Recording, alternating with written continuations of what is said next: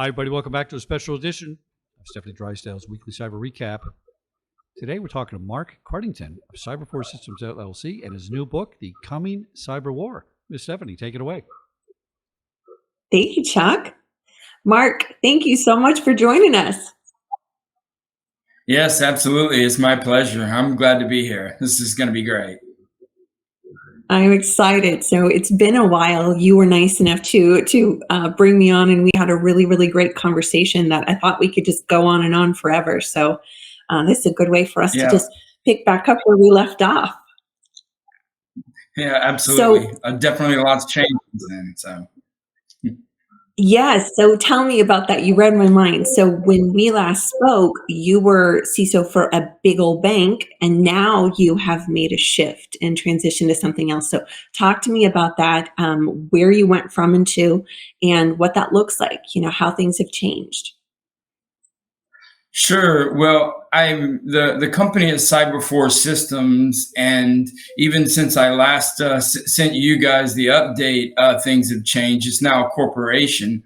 But I was the CISO for a large bank, Woodforest National Bank, that's headquartered down in Houston, Texas area. And I've had this company, Cyber4 Systems, for about 3 years now. And I transitioned full-time in May into just focusing on Cyber4 Systems, which is a cybersecurity consulting and solutions provider that provides a variety of cybersecurity solutions, services, product sales, and I'm even developing a product. So the transition, it's been good. There are some challenges. Let's just say I learned a lot more about marketing and printing than I ever thought I would. But all in all, it's been pretty good, and I'm getting really good traction. And we are making good headwind down here. So it's been a fun ride so far. That's exciting. I'm really glad to hear that.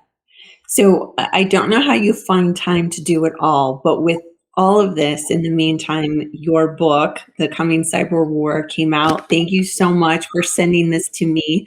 So talk to me about this. I love this. This came on the tail end of me reading something else, and this was such a great practical part to what we all do and what we're trying to accomplish and what you anticipate. Like, talk to me about what came, how this idea came to you, and then how it's translated into the way that you package this so beautifully.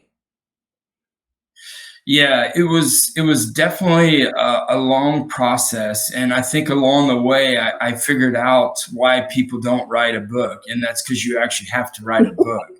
So it was quite it turned into from a book to a LinkedIn article. And at one point I thought maybe I should just send out a tweet. But it started off in 2016, and I was at the Gartner conference that takes place in National Harbor, the DC area. And I was meeting with an acquaintance, Colonel Cedric Layton. And before he got out of the Air Force, one of his last assignments was he was the director of training for NSA. And him and I, we had dinner together, and one conversation led to the next. And this was 2016. And if you recall, at that time, we were in the midst of the presidential election that was going on, and all the news about the Russian interference and all that was coming out, or potential Russian interference, I guess, at the time you could say. But one conversation led to the next, and we just started talking about all the things going on in cyber and the geopolitical events and that. And then on my way back over to National Harbor, I just started thinking while I'm on the little ferry ride or boat ride back over there, like, wow, we are really in the midst of a cyber war and the coming cyber war. So the title is really kind of tongue in cheek, The Coming Cyber War. And I mean, we're actually in a cyber war right now. And I kind of liken that to the ocean's current. You don't really know what's going on until you're actually in it. But when you're in it, you feel it, and you feel the impact, especially if you've been hit by a breach or have some incidents you're having to deal with. It just throws all kinds of chaos into your day. But I've always kind of wanted to leave like what I call a legacy item behind, and something that will be behind when I'm gone. And now my book is in the Library of Congress, which is pretty exciting itself. But I just felt I had, something to say that would resonate with CISOs in the business community, boards, and just your individual contributor, and even people at home that may not be, working or in a corporation, small businesses. Everybody's been impacted by cybersecurity, and the number of breaches that have gone on.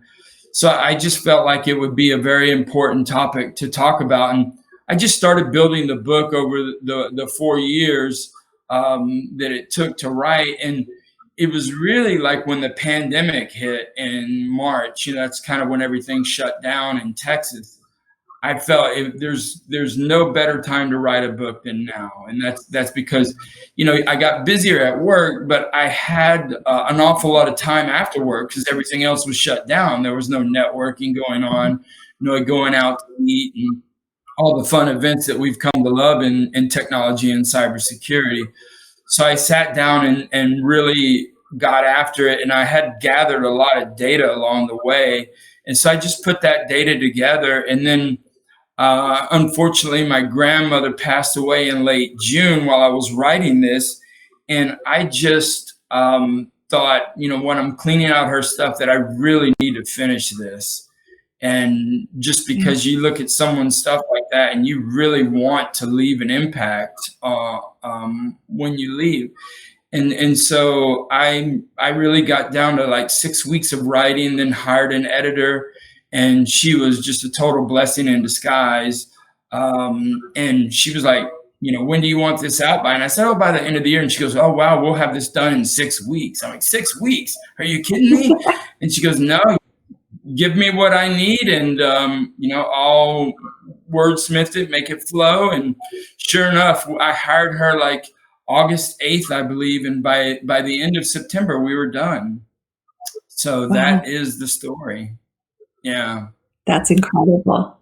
I have a special affection for anyone who is going to talk about convergence. And you brought that up very well in a specific chapter of your book, talking about the convergence of cyber and the rest of, physical world. And I think that truly is the key to getting people who are non-technical, non-IT related into that cyber think, to getting them to understand how it relates to them and how they can actually participate in, cybersecurity as a whole, right? So I loved seeing that. And I also always love engaging the board and having the guidance from someone like yourself who has the acumen to communicate and say, the way you present to the board is everything, right? It's not just that you spit out a bunch of stuff. Like, to be able to do it a certain way is everything.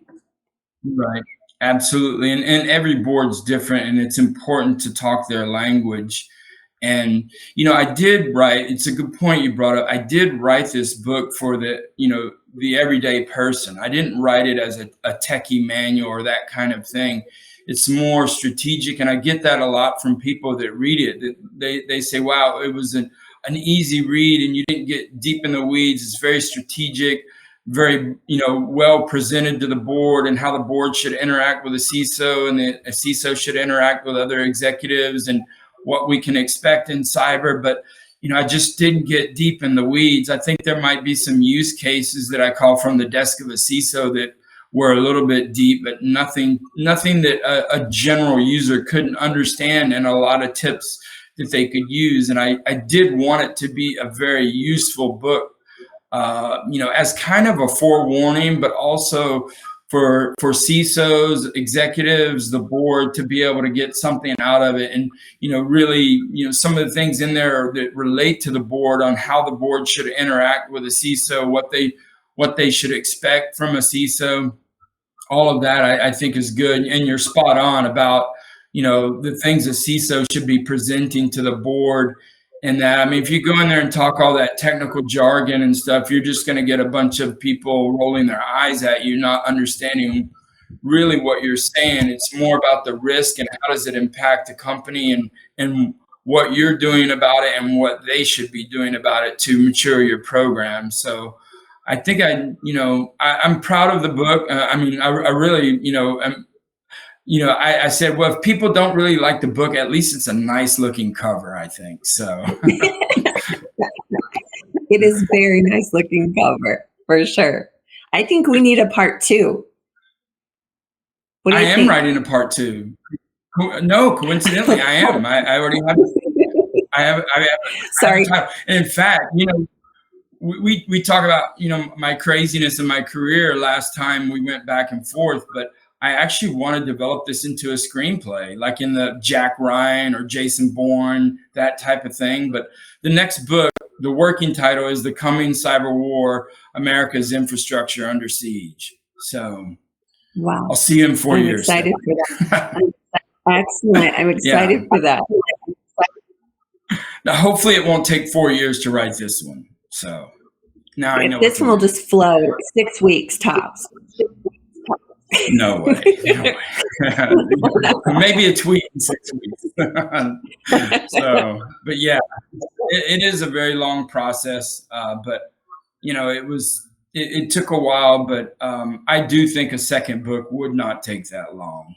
And I am really thinking, I'm half joking, but I really am thinking about writing a second one, especially given all that's happened, even just, the end of last year and this year.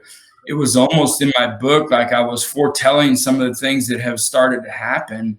And we've really seen the importance of cybersecurity ramp up over the past, 6, 7, 8 months.